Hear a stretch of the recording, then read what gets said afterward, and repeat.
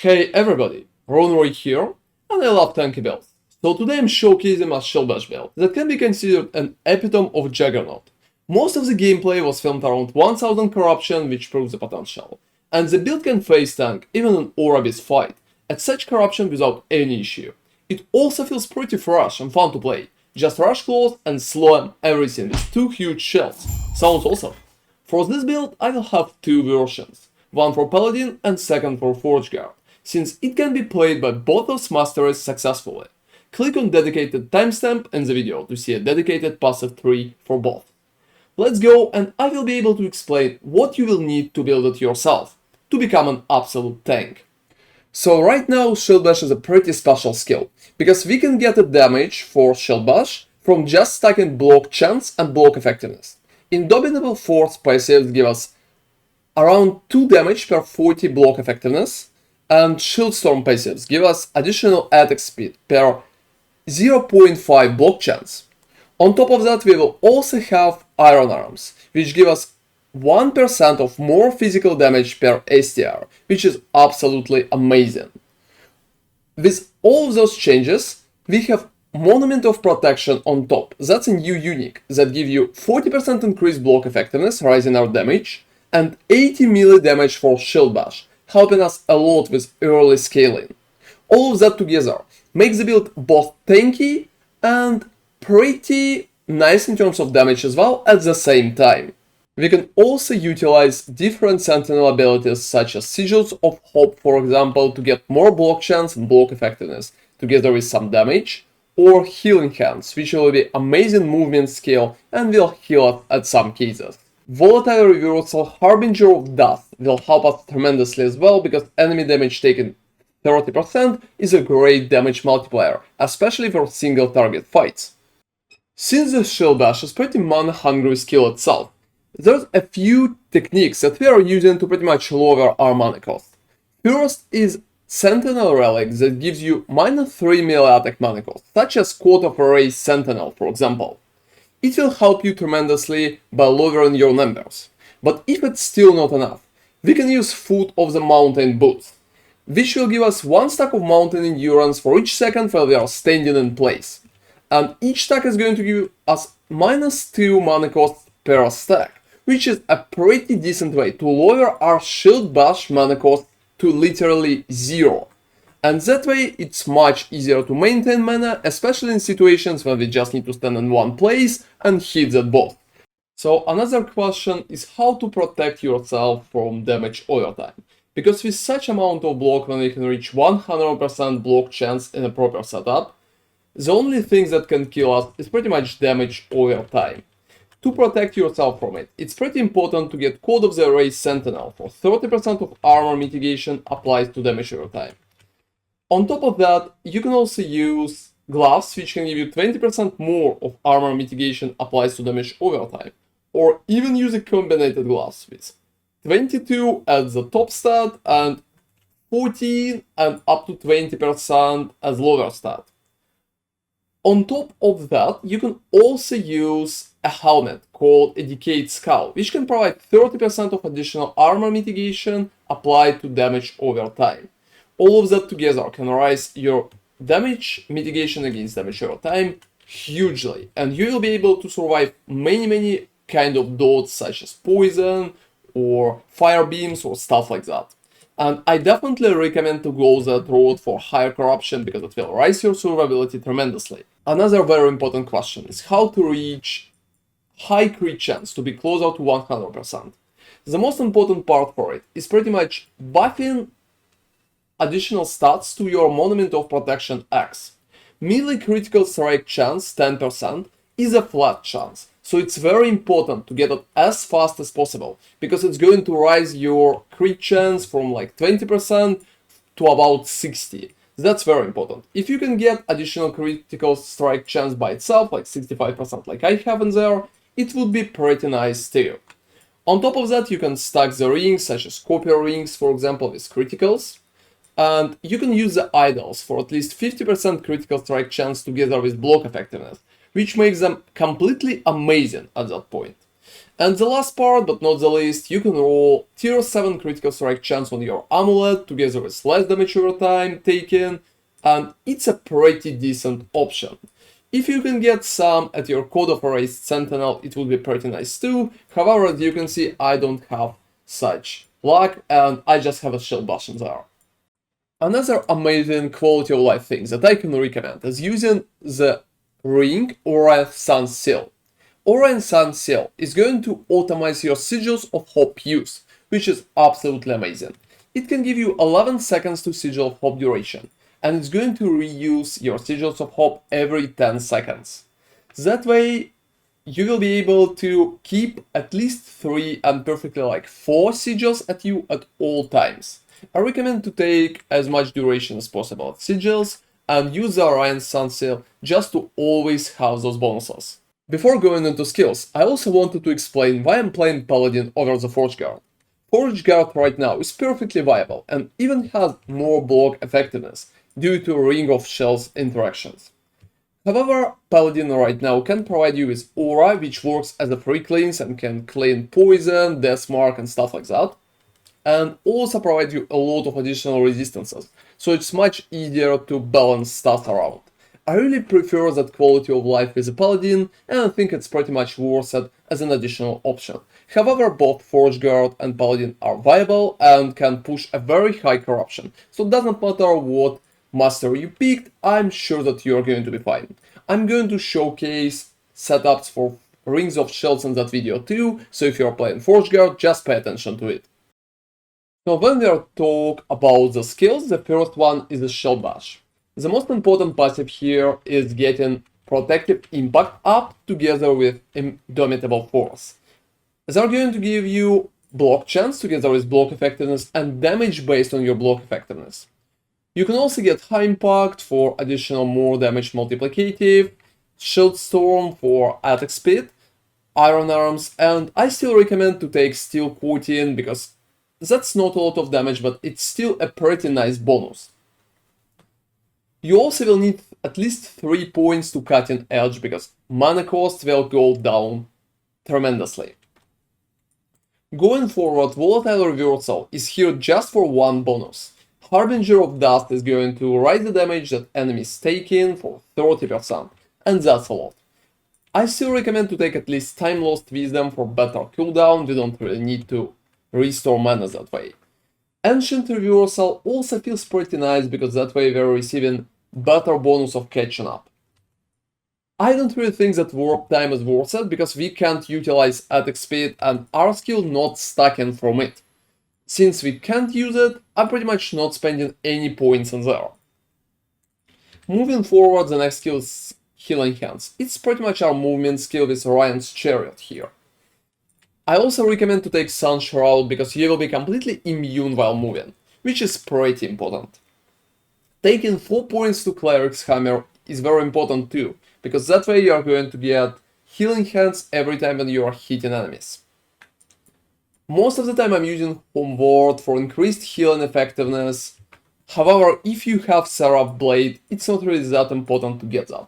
And instead of healing effectiveness here, you can go for healing effectiveness there. I just decided not to repick it, especially if I'm getting rid of Seraph Blade at times. Also for Healing Hands, it's pretty important to get Purity of Thought and Bless Parish to make sure that your Healing Hands don't have a proper mana cost. The next skill is Sigils of Hope. And Sigils of Hope we just need to get Sign of the Guardian as fast as possible, because that's a lot of additional block chance. Together with Tetragram, that way we will have at least 4 Sigils, and it's pretty much worth it in most cases. I'm still using Last Wish for pretty nice uptime, however if you're using the ring you don't really need that and you can replace that point to Iron Sigils. Duration and Enduring Hope is absolutely mandatory here to make sure you always have your Sigils up. And on top of that I'm still using Empowering because it's a pretty nice damage bonus. The next skill is Holy Aura, and that's Paladin specific. Instead of Holy Aura you're going to use a Ring of Shells if you're playing Forge Guardian. At Holy Aura we need Poison Resistance together with Cleanse because that's an amazing bonus. Vital Boon is nice but not too important. And Shelter from the Storm will provide us with endurance and 25 elemental resistances, which is very cool. I'm also taking 4 points to the True Strike to get some crit chance up, and Extreme Zeal can provide you with critical strike multiplier too, even if number is not too high. We don't need attack speed, so put only 2 points into Fanaticism, and 4 of them will go to Call to Arms. So talking about Rings of Shells for Forge Guard, the most important part is to get Sturdy Shells.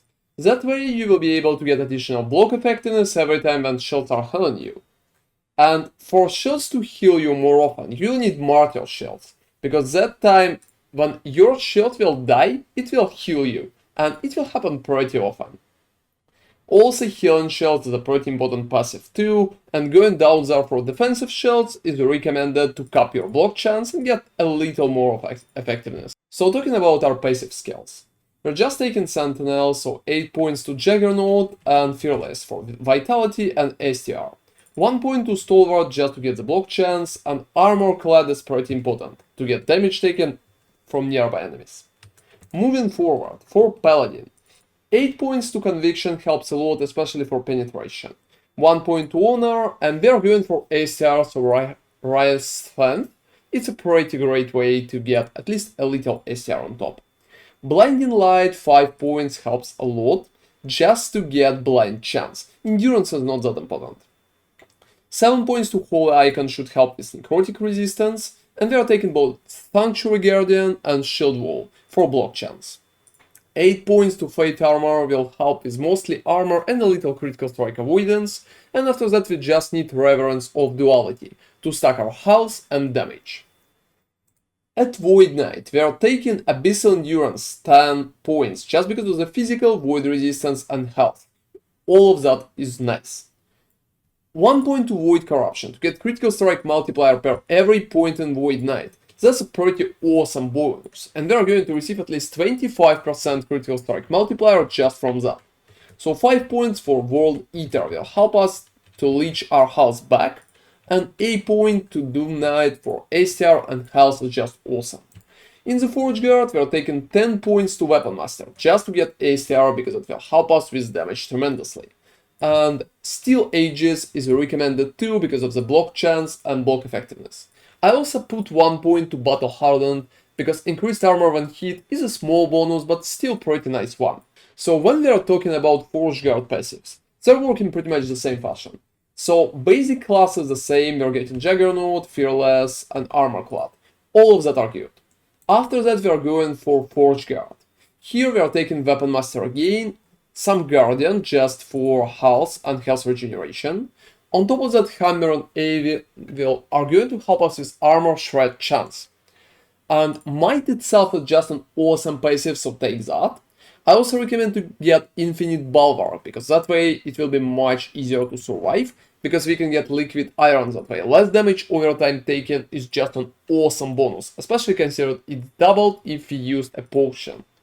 1 point to Flawless Defender because we don't need a lot of additional armor, 5 points to Walls of Salarum to get 10% less damage taken, and 5 points to Shield Crafter because that way we are going to get a lot of shields casted when we are blocking. That's a very important part because Rings of Shield is very uncomfortable to play without that passive. I'm also taking Duelist and Little Strikes here for multiplier. In Void Knight it's pretty much the same, it's 10 to Abyssal Endurance and Doom Knight.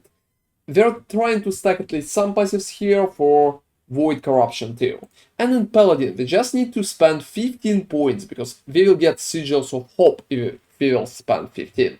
That way we are taking Conviction, we are taking 1 to Veiler and Blinding Light. 5 points for Blind Chance itself.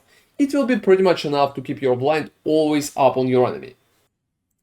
So as a shield option, we have a choice between Exalted Shield with block effectiveness and Horn of Acheros, the shield that can give us 16 STR, which is a pretty cool bonus, and increase melee damage as well. So generally I recommend to play with Exalted Shield, especially if you are playing Paladin. However, if you can get Horn of Acheros with at least 2 LP and get both block chance and block effectiveness on there, it should work better. However, 2 LP versions are pretty rare, and if you don't have such item, I would recommend to just play with Exalted one. For Forge Guard, it's a little different. For Forge Guard, you can aim for one LP version just to get block effectiveness in there, and if you have it, you can pick it over Exalted one. If not, Exalted one is still going to be better, and I recommend to go with it. So talking about the items, the most important part is getting Monument of Protection with melee critical strike chance buffed, as I already mentioned. On top of that, getting Code of the Erased Sentinel, and just having +2 shield bash there is pretty important because it's going to give you 2 additional passive points for shield bash to stack all the bonuses in. Foot of the Mountain is nice if you can get movement speed up, however if you will be able to add hybrid health on A-star, it's going to be very good. Orient Sun Seal just require A-star, critical strike chance and block or health, all of that is working perfectly. For your gloves you will need A-star, block chance and critical strike chance, that's pretty much it. At your rings, I recommend to roll crit, A-star, block chance and health, all of that is working. And at body armor, just strength together with life is the most important part. For the amulet, I recommend to go for higher critical strike chance again, and if you can get a multiplier on here. But if you can't, that's alright, you can just keep it like that. For helmet, just increased life together with A-star and some vitality is pretty much a nice approach. Belt is the only item when you're getting mana regeneration, so make sure you have it. And increased health is always good. When talking about idols, you need to roll block effectiveness on them. And big idols should have seconds to sigil hope duration and block effectiveness, or increased critical strike chance and block effectiveness. Critical strike chance is better, but those are pretty rare and it could be hard to get them. And stout idols, I usually recommend to just go for health and cold resistance or lightning resistance or whatever resistance you don't have at the moment.